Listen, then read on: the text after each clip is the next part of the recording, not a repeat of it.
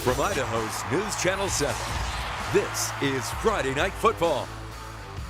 Happy Friday to you all. Kind of sad. We only get to do this a few more times this year. Welcome in to Week 7 of Friday Night Football. For the first time, it actually kind of felt like fall out there tonight. As the temperatures begin to dip, the importance of these games begin to heat up. For the Mustangs, senior quarterback Jack Benson has Eagle rolling right now through 6 contests. He's totaled up over 1,000 yards through the air, and he's also picked up almost 400 more on the ground. After losing out on the starting QB job initially, the lights came on Friday night, and then Jack quickly proved why he's the guy.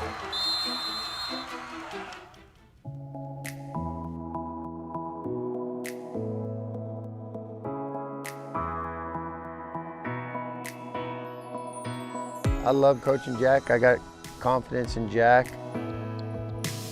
He's been an integral part of what we've done. I think that Jack is just the head of the snake, man. He brings it. I feel like I'm the best here. I can win us the most games, and I feel like I can produce the best. I feel like I do have the most versatility out here, so I think I'm pretty confident when it comes to stuff like that. Jack just flat out started doing some things that really impressed us. Coach Clough and myself both said, like, this is going to be the dude for us. You know, he came from a system that he didn't run quite as much as we asked him to, but he had some extreme quickness. The more we coach Jack, the more he understands our system, the more we get comfortable with him, he gets comfortable with us. That moment where they told me, like, I'm going to start it was a good feeling because I wasn't at the beginning. He doesn't feel a lot of pressure in too many situations. I'll look at his face sometimes and he'll go, I got it, coach. I'm like, hey man, we got to score this drive to win this game right now, you know, and he'll, I know we got it. I try to just keep everybody calm. I just have to be a leader out there. Ice in the veins type of guy. I think we could do big things in the playoffs. I think we could go a long way. I think we can score on anybody and put up a lot of points against any defense too. Hey, Jack doesn't lack confidence, and the Mustangs don't lack offense. To Canyon County we go. Benson and the Mustangs had to travel out to Canyon County for this one. The Skyview student section sporting pink, supporting breast cancer awareness. Early on, the kid they call J-Bone would get right to work. He makes a short pass to Ian Duarte. The junior then turns it into a big gain down the sideline. A few plays later, Eagle goes to the ground. Brandon Reese lowers his shoulders, powering his way over the goal line for the first score of the game. In the second quarter, Skyview quarterback Max Cutforth hands the ball off to running back Antonio Fafita. He just pushes his way between the tackles, levels the game at 7 with yet another rushing touchdown for number 34. Back come the Mustangs, though, behind Benson. They roll up a season-high 51 points. They put this thing in cruise control in the second half. They win their 3rd straight game to improve to 5-2 on the season. Up next, Mountain View and Capital would fight for first place in the 5A SIC River Division tonight. With a win, the Mavs could actually clinch the division. We pick it up in the 3rd quarter. Mavs junior gunslinger Dawson Wall hits Gert the Pride, a little pump fake, double move on the outside. Dominic Sotomayor appears to score, but as Cody Walk will tell you, holding on the play negates the touchdown. Mountain View actually ends up having to punt, clinging to a 14-6 advantage. On the ensuing possession, Raymond Erickson gets into the backfield and just blows up this play. Capital senior QB Max Clark would get his team in scoring position, though, eventually with them knocking on the red zone on 3rd and goal at the 20. He goes to Walk, who makes an incredible grab. On the next play, Max then finds himself in the end zone. It appears as if the Eagles are about to tie it up, but an illegal formation would wipe out the score. Then this would happen, a botched snap on 4th down, and Capital turns it over on down. On to the 4th quarter we go now. Gurkha Pride rising up on 3rd and short. Colin Drew with the big TFL. Mountain View settles for a field goal. Mason Labra splits the uprights to give the Mavs a 17-6 lead. Later in this game, following a 3-and-out, Quintez Evans puts it away for Mountain View. The senior toted the rock 30 times. 2 of those rushing attempts ended up in the end zone. The Mavs pull away late. They win 24-6. They clinch a spot in the 5A SIC title game in 2 weeks. It appears as if the Mavs are on a collision course with Rocky Mountain for that hardware. Ever since Rocky dropped an early season game to Mountain View, the Grizz have just been steamrolling opponents. Over their 4-game winning streak, their average margin of victory is north of 35 points a contest. Earlier this week, I went out to the Rock to catch up with the Grizz and find out how they are so effortlessly handling their biz.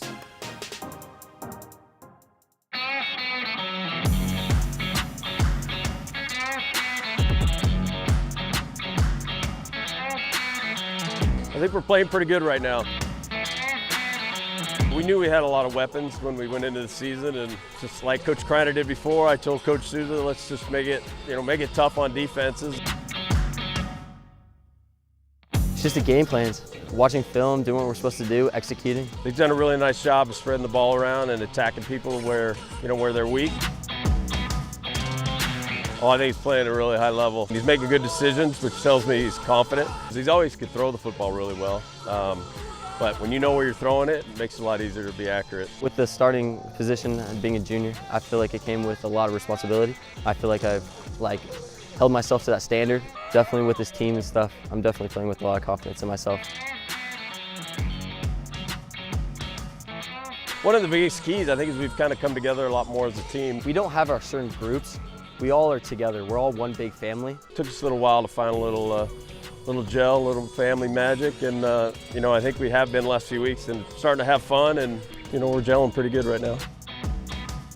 After that tough loss against Mountain View, really pushed us, and we're really pushing forward to be the team we want to be. Obviously, we want to be playing for a state championship. We want to be state champs. That's the goal. But in order to do that, we got to play really well, and we got to get better each game. So as long as we keep improving, then we got a chance to do that.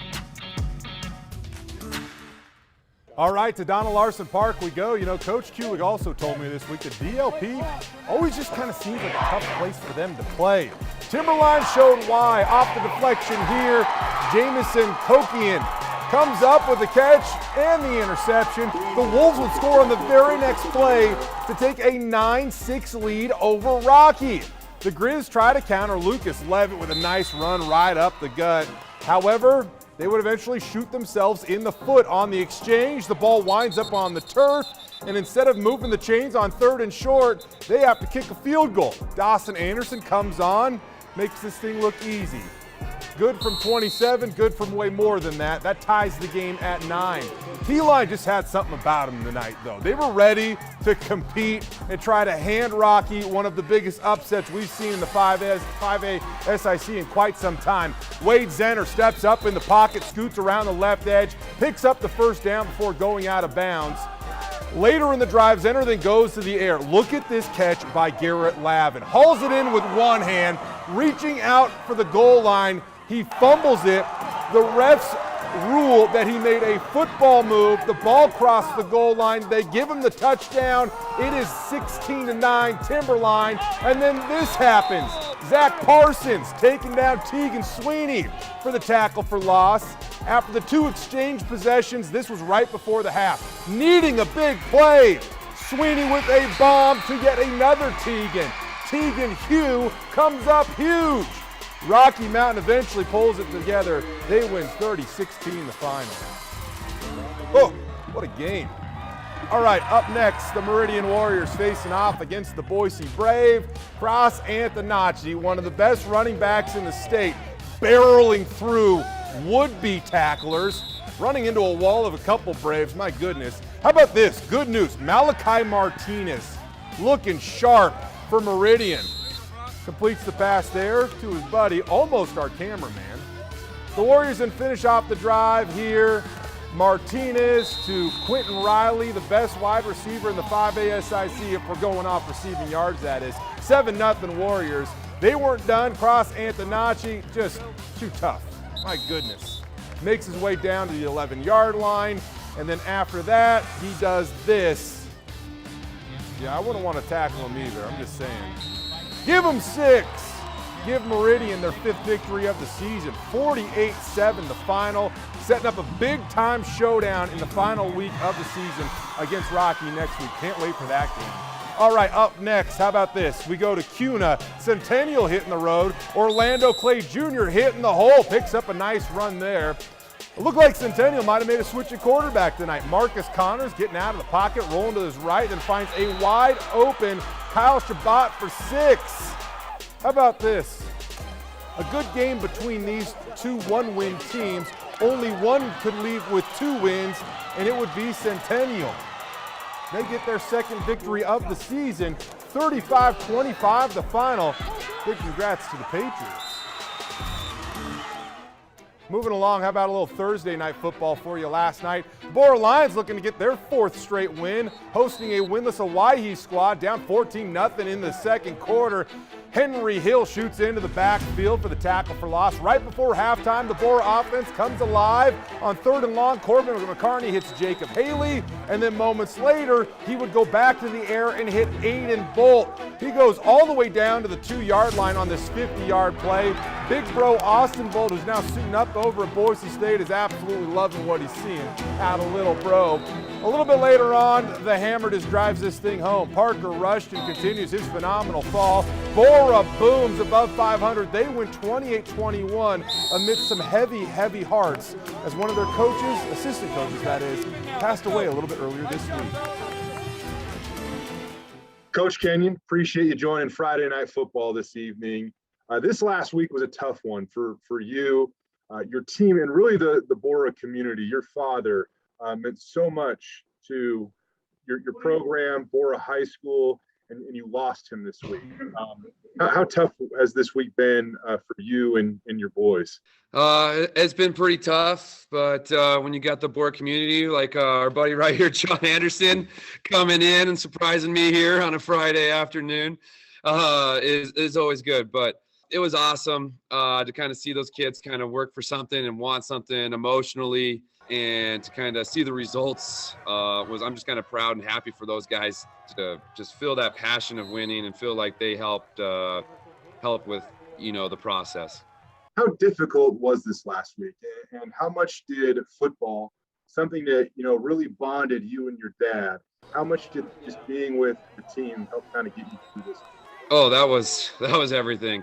Monday at practice, it was less than 24 hours, and I was just like, I don't know if I can hold it together. And when I got out there and just seeing the kids play football, wearing the green and gold, I was just like, all right, I can do this, and I got to do it for them, and they're trying to do this for me. And really, it just kind of bonded us even more. So it was awesome. If you look at the game itself, I mean, what a battle. You guys, like you've been doing the last month, you put up points on the scoreboard, you make timely stops on defense. More than anything, though, you guys just stayed in the fight. How proud would your father have been of that effort that you guys gave? Oh, yeah. He just likes kids working hard and just having them going to the best of their abilities. And, we kind of spotted him 14 points right out of the gate. I think that was maybe a little bit of a wake-up call, getting us out of that dream state there. And the kids responded, and that's what it's all about. We got the ball. We got to keep it now. You guys played a daunting schedule right out the bat. The last month, it's been a little more manageable, but you've taken care of business. But how did those first few weeks kind of shape and mold you guys as a team and be able to go on this run? Yeah, well, we had a lot of guys in and out with some injuries and some sicknesses. And so we were kind of plugging guys in positions the first 3 weeks that they'd never played before. And we couldn't really build any continuity. And, we kind of had a little team powwow after the Mountain View game and be like, what do we want this season to be? And we kind of talked it over, and we were like, okay, we got to make the changes, and putting those guys in those positions that they hadn't been before has kind of paid dividends now, because now we got multiple guys that can play the position, and where we really haven't seen that since I've been here at Bora, where we got some depth that we can kind of take with us and kind of know what we're doing and not have to kind of eliminate plays just because one guy goes out, which has been huge, I think, building on our success. If you look at the 5A SIC, there are a lot of good teams and a lot of good players that get a lot of attention. Yeah. And if you pay attention, though, you know that you got one of the best players in the league in Parker Rushton. I mean, what has he meant to your team? And his production this year has just been off the charts for you guys. Yeah. We kind of talked about rocks, and just a rock is always there. Nothing kind of changes the rock. And the first rock award we gave to was Parker Rushton, because he's always there. And, he can take a beating. He gets chucked across the field, and he's just always there. And just being able to lean on him has been huge. With the amount of reps he's been getting at running back, we kind of had to take a little bit off at linebacker. But, he was an all-conference linebacker last year as a sophomore, honorable mention. And so we knew that a guy that could make plays for us. And he's kind of brought that physicality for us. And, the offensive line loves blocking for him because they know they're going to get him extra yards. And it's just the team's easily able to rally around him because he's pretty selfless. When you look in the mirror now, how much confidence are you guys playing with, and what is this team capable of? Confidence is extremely high right now. 4 straight. It's 1 week at a time, though. We haven't had any. We'll have 0 wins next week. You know what I mean? 1 game at a time. And we got the best rivalry game in the state coming up, Bora versus Capital. If you can't get excited for that, you probably need to check your pulse out. So, we're just kind of excited for that game, and we'll just take it 1 game at a time. And I think the sky's the limit. We just keep on building and building. I think we're kind of taking big leaps this last month. And, I told the team it's October football. It's the hunt for November. In Idaho, we crown a champion in November, and you got to be playing your best football in October to have a chance to play in November. So that's the goal there. I tell you, that was going to be an exciting matchup next Friday. Finally back to Friday nights. Yes. Thursday night games. Max Clark over at Capital. Corbin McCarney for you guys, been playing great lately. An awesome quarterback showdown there. There's only one way that we can wrap up this interview. Who is the number 1 fan of high school sports, particularly Bora, in the entire state of Idaho? Well, that is John Anderson. He got distracted and left. He's probably asking some more questions about Bora football and the Boise State Broncos. So he's on his quest to get some more answers at the moment. I can hear him down the hallway, though. You'll have to have him maybe swing by Capital, then get you the lowdown. I will, yeah. He's always got the best scouting reports. I tell you, nothing like a little John Anderson to help lighten the mood a little bit. But in all seriousness, Father Kenyon meant a lot to our community, the football team over there at Bora, and even Bishop Kelly. A funny story. They call him Father Kenyon, but he's not a father necessarily. He just came to Bora from Bishop Kelly, and so they tabbed him Father Kenyon. But either way, some heavy hearts there. Hey, speaking of Bishop Kelly, kind of some chaos ensuing in the 4A SIC, because you had Bishop Kelly just a couple of weeks ago, or just last week, they beat Middleton, and earlier this season, Emmett beat Bishop Kelly. So now Emmett would travel over to Middleton, and if the Vikings could pull out a victory, we would have a 3-way tie atop the 4A SIC, and then we're just going to get into a bunch of tiebreakers and headaches. A lot of offense in this one, as you would expect. We pick it up early on. Emmett moving the sticks. Caden Young to Tanner Wilkerson for the first down. After that, it's Young again, this time using his legs. Bolton around the right edge, finding pay dirt. 7-0. Emmett on top. Flex on him, Caden. Fans loving this game in full spirit, too. Middleton's got a pretty good quarterback of their own. Kai McClure torched BK's defense last week, and this week he would give it back to the Huskies. He scores the touchdown there to tie things up, or I should say right here to tie things up. Middleton was up 41-35 with just a minute left in the game. But check this out. I am just finding this out. Emmett somehow rallies back. They were able to score a last-second touchdown. The Huskies win by 1. Wow. When I came out to do the show, I was told that Middleton was up. It looked like they were going to ice the game away. Good for the Huskies, my goodness. Okay, how about this? Bishop Kelly, they were taking on Caldwell tonight. The Cougs trying to get something going, but here it's Bishop Kelly that gets something going. They get the turnover on defense, and then the Knights hand it off to Seth Knott because why not? Bobbing and weaving his way through the defense. The only thing that ever seems to stop Seth is the touchdown because you're advised to stop running once you reach it. Bishop Kelly rolls to yet another win. They improved to 5-2 on the fall. 55-6 the final, one of their best offensive showing of the season so far. 51 points last week, 55 this week, 106 points in their last 2 games. Woo! Bishop Kelly. All right, up next now, the Nampa Bulldogs are visiting their crosstown rival, the Columbia Wildcats. Nampa QB Gabe Navarro getting the ball in the belly of Daniel Carrillo. He makes the most of it, scores a touchdown, winds up in the end zone. The Wildcats trying to come back. Matthew Davis completes the pass to Manny Vares. He gets taken down though by the Nampa defender. That's Travis Higgins. Later on, it's Navarro that gives the ball back again to Carrillo. Makes a nice run. Carrillo's having a great season. Eventually gets caught from behind, forced down.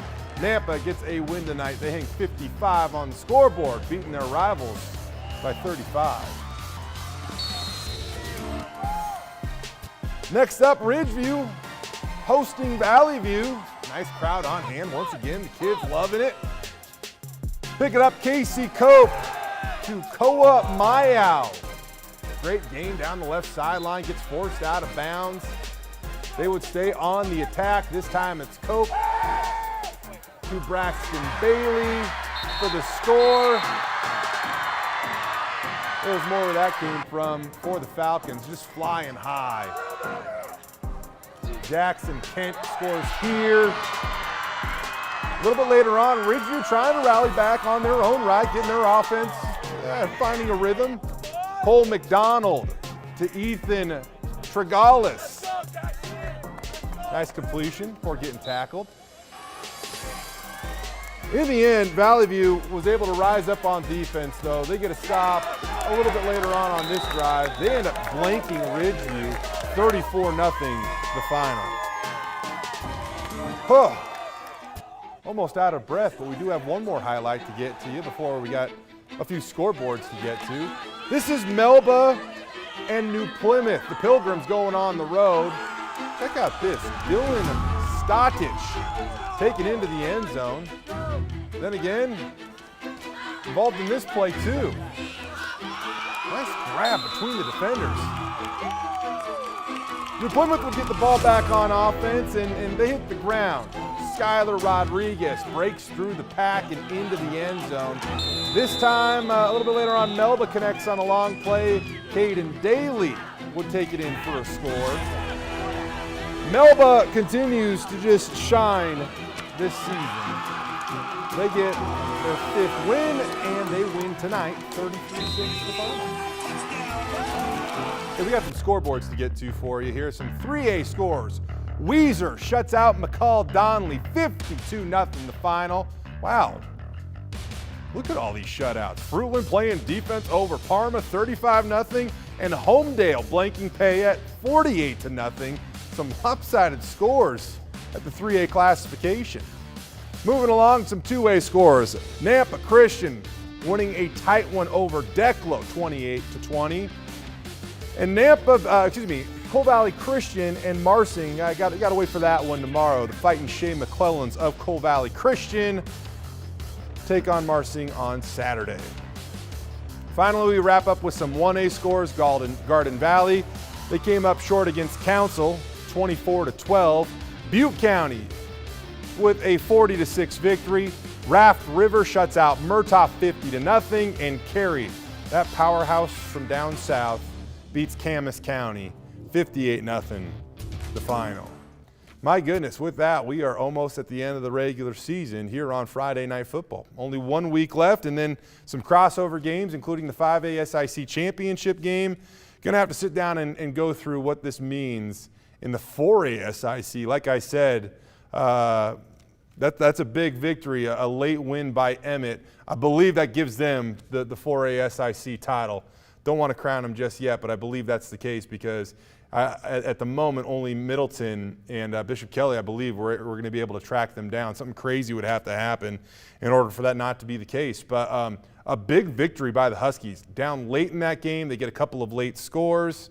I'm going to have to get on social media and find out how exactly they were able to come back in that game because I thought the fork was in stuck the fork in them. I thought. Clearly you can't do that with the Huskies. But it's been fun. We have all of our highlights available for you at KTVB.com as well as on our KTVB YouTube page. It's crazy to me that we only get to do this for a few more weeks. These seasons fly by, and I know that I say that each and every year, but it truly seems to be the case this season. Still plenty more good games to be had. 5A game next week, Rocky Mountain Meridian, Malachi Martinez, healthy for the Warriors. That is a big game for Meridian after suffering a couple setbacks earlier this year. If they can knock off the Grizz, then that could throw a wrench in the division on that side of things too, in the 5A SIC. So the winner of that, I believe, will likely get to go on and face Mountain View for the 5A SIC title. The Mavs, as I mentioned earlier, getting it done this evening, knocking off a tough Capital squad, 24-6. A lot of fun tonight, everybody. And again, temperature's getting a little bit colder. Probably going to have to bundle up next week. Might even need to bring an umbrella. Thank goodness the skies parted just in time for Friday night football. Someone was shining down on us. I like to believe that it was probably Father Kenyon. Our hearts are with the Bora community. Again, get on over to KTVB.com. Watch our highlights. We appreciate everybody for helping out on the show. Until next Friday, everybody, thanks for watching. We'll see you next week on Friday Night Football.